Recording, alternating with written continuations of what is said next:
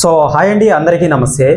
ఈ యొక్క వీడియోలో ఒడిస్సీకి సంబంధించిన 18 అంటే 8 రోజులైతే అవుతుందన్నమాట ఈ యొక్క మూవీ వచ్చి. ఇప్పుడు ప్రస్తుతానికి ఈ యొక్క మూవీ అనేది ఎంత సంపాదించింది? $346.7 మిలియన్ అయితే సంపాదించింది. అంటే టోటల్గా మన ఇండియన్ కరెన్సీలో 3000 కోట్లు. అర్థమవుతుందా? 8 రోజులకి వరల్డ్ వైడ్గా 3000 కోట్లు వరల్డ్ వైడ్ గ్రాస్నే సంపాదించింది. సో ఓన్లీ మన ఇండియాలో చూసుకున్నట్లయితే 94 కోట్లు సంపాదించింది. వీక్ ఎండ్కి ఒక ఇంగ్లీష్ పిక్చర్కి, ఒక డబ్బింగ్ మూవీకి, ఒక హాలీవుడ్ మూవీకి ఇంత కలెక్షన్ రావడం అనేది చాలా కష్టం. అది ఐమాక్స్ ఫార్మేట్లో వస్తుంది.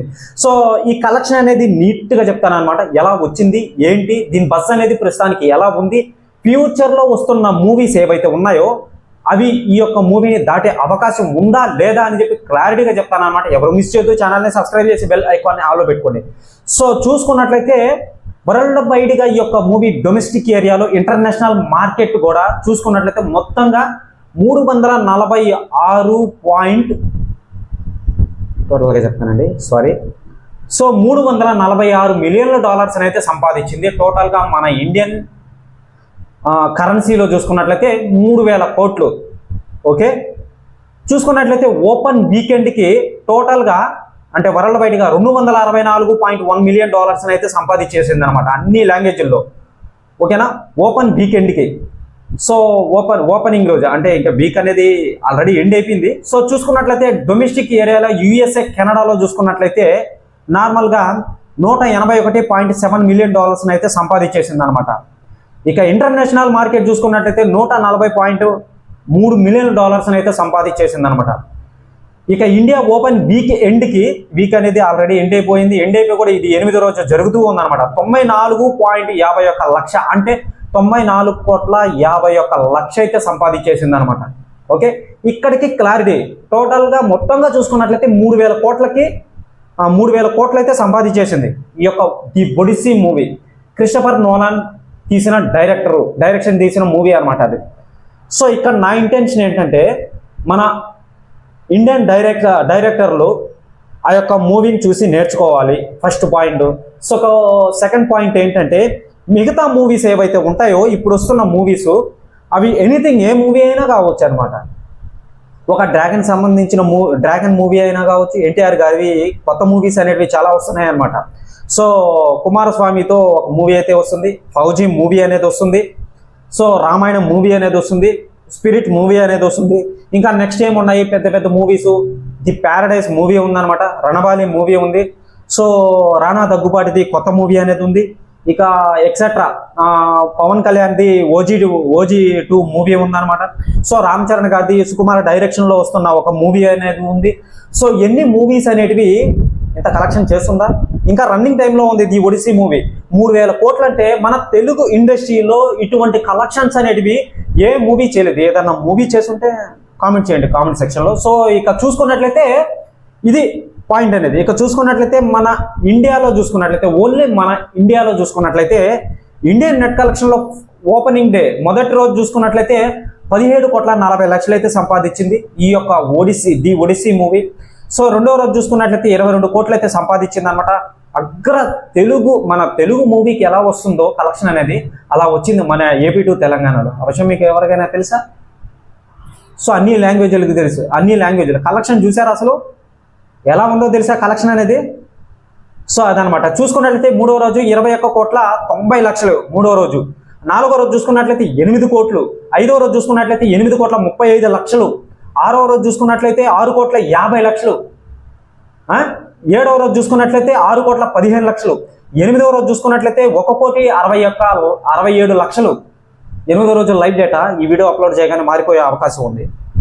సో ఇది కలెక్షన్ అనేది ఈ విధంగా ఉందండి దీని కలెక్షన్ అనేది. టోటల్గా చూసుకున్నట్లయితే 94 కోట్లు,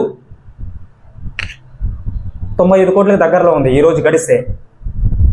సో టోటల్గా చూసుకున్నట్లయితే మొత్తం వరల్డ్ వైడ్గా 3000 కోట్లు సంపాదించింది ఈ యొక్క ది ఒడిస్సీ మూవీ. ఏ మూవీ అయినా సంపాదించిందా? చేస్తుందా? లేదు, ఇంపాసిబుల్. నేను ఎప్పుడు చూడలా అదనమాట. లేదు అది హాలీవుడ్ మేకింగ్కి మన మేకింగ్కి చాలా తేడా ఉంది బ్రో, నువ్వు అలా డిసైడ్ చేయకూడదు అని అంటే నేర్చుకోవాలి బ్రదర్, పోయి నేర్చుకోమను.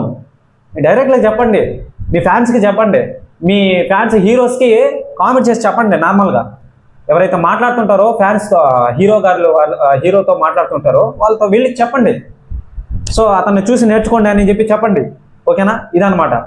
సో ఇక్కడ మెయిన్ పాయింట్ అయితే ఇది. కల్కి 2 కూడా వస్తుంది. మరి ఆ మూవీ అనేది 3,000 అసలు బాహుబలియే సంపాదించలేదు నార్మల్గా 3,000 కోట్లు 2,000 కోట్లు. ఇక ఈ మూవీస్ ఏం సంపాదిస్తావు నాకైతే అసలు నమ్మకం ఏం లేదు. సో అదనమాట, అది చూడాలి. ఏదో రాజమౌళి గారు మహేష్ బాబు గారి విషయంలో ట్రై చేస్తున్నాడు గట్టిగా.